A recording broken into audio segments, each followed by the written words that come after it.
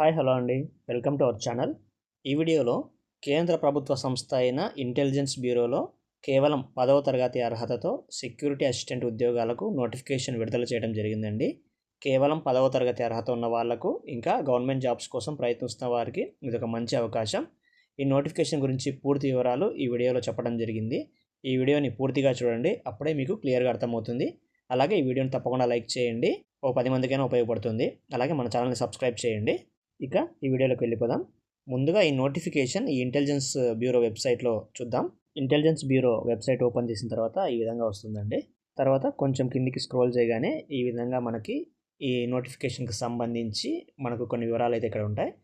ఇక్కడ to read advertisement అనే చోట ఈ జాబ్కి సంబంధించిన నోటిఫికేషను, తర్వాత ఈ నోటిఫికేషన్కి సంబంధించి ఫ్రీక్వెంట్లీ ఆస్క్డ్ క్వశ్చన్స్, తర్వాత ఎలా రిజిస్టర్ చేసుకోవాలి, రిజిస్టర్ చేసుకున్న తర్వాత ఎలా అప్లై చేసుకోవాలి అనే ఆప్షన్స్ ఇక్కడ ఉంటాయండి. తర్వాత కింద కీ డేట్స్ వచ్చేసి అంటే అప్లికేషన్ ఎప్పటి నుంచి స్టార్ట్ అవుతుంది ఆన్లైన్లో అంటే 6th సెప్టెంబర్ 2025 నుంచి అండి, 6వ తేదీ సెప్టెంబర్ 2025 నుండి.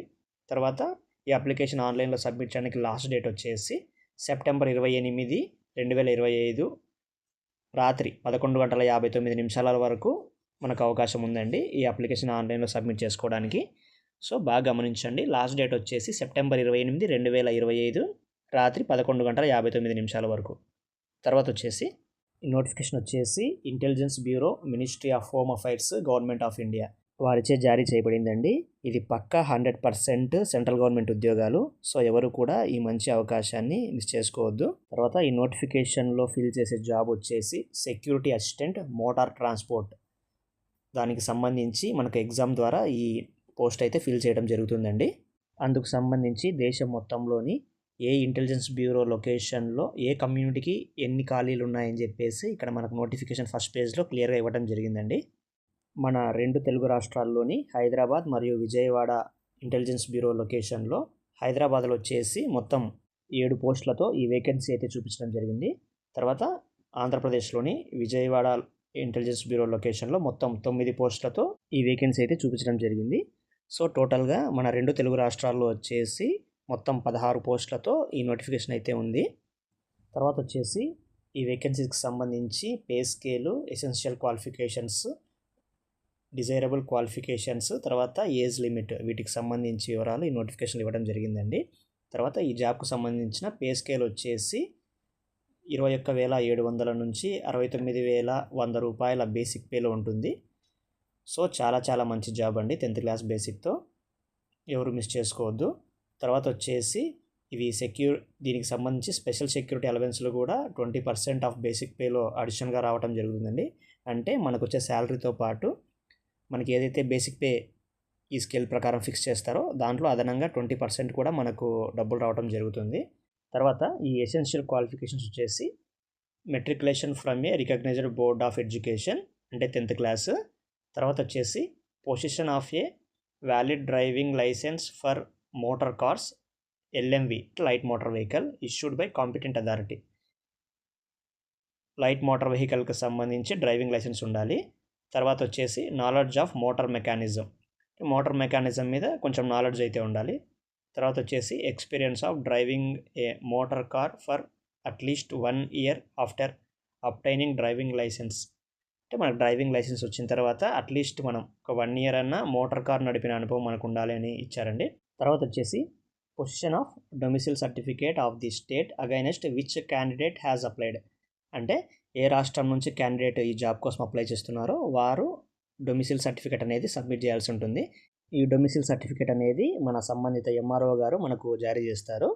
సో ఇది కూడా మనం సబ్మిట్ చేయాల్సి ఉంటుంది. తర్వాత డిజైరబుల్ క్వాలిఫికేషన్లో వచ్చేసి position of valid driving license for motorcycle issued by the competent authority. అంటే మోటార్ సైకిల్కి సంబంధించి మనకు డ్రైవింగ్ లైసెన్స్ ఉండాలి, వ్యాలిడ్ డ్రైవింగ్ లైసెన్స్. తర్వాత ఏజ్ లిమిట్ వచ్చేసి 18 to 27 years యాజ్ ఆన్ 28/9/2025. అంటే సెప్టెంబర్ 28, 2025 నాటికి 18 సంవత్సరాల నుండి 27 సంవత్సరాల మధ్య ఉండాలి. దాంతోపాటు ఈ SC, ST, BC కమ్యూనిటీ వారికి ఈ ఏజ్ రిలాక్సేషన్ వయో పరిమితి అనేది కూడా యాజ్ పర్ నామ్స్ ప్రకారం మనకు అప్లికేబుల్ అవుతుందండి. తర్వాత వచ్చేసి ఈ జాబ్కు సంబంధించి స్కీమ్ ఆఫ్ ఎగ్జామినేషన్, అంటే ఈ జాబ్ను ఫిలప్ చేసేది రిటర్న్ టెస్ట్ ద్వారా మరియు ఇంటర్వ్యూ ద్వారా ఇవ్వడం జరిగింది. అది టైర్ 1, టైర్ 2 అని 2 రకాలుగా ఉంటుందండి. ఈ టైర్ 1లో వచ్చేసి టోటల్ 100 మార్క్స్తో మనకు ఎగ్జామ్ అయితే ఉంటుంది.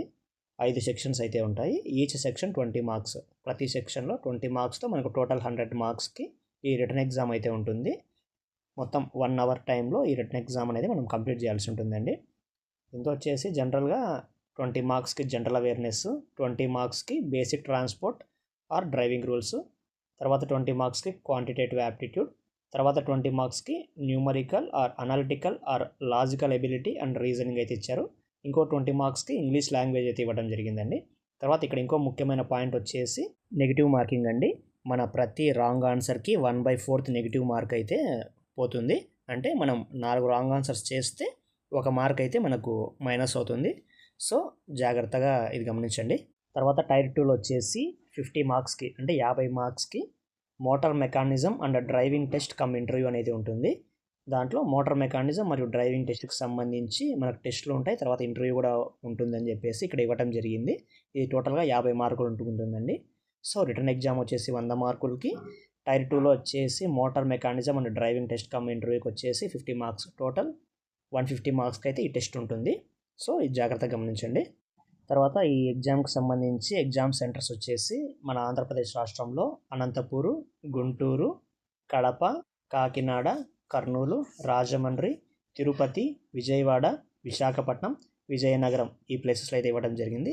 తర్వాత మన తెలంగాణ రాష్ట్రంలో వచ్చేసి హైదరాబాద్, కరీంనగర్, ఖమ్మం, మహబూబ్ నగర్, వరంగల్ ఈ ప్లేసెస్లో అయితే ఈ ఎగ్జామ్కి సంబంధించి మనకు సెంటర్స్ ఇవ్వడం జరిగింది. తర్వాత ఈ పోస్ట్కి సంబంధించి అప్లికేషన్ ఫీజు వచ్చేసి ఎస్సీ ఎస్టీ కమ్యూనిటీ మరియు ఫీమేల్ అప్లికెంట్స్ అండ్ తర్వాత ఈ ఎక్స్ సర్వీస్ మెన్ కేటగిరీ వారికి 550 రూపీస్ ఉంటుందండి. 550 రూపాయలు ఈ ఎగ్జామ్ ఫీజు ఉంటుంది.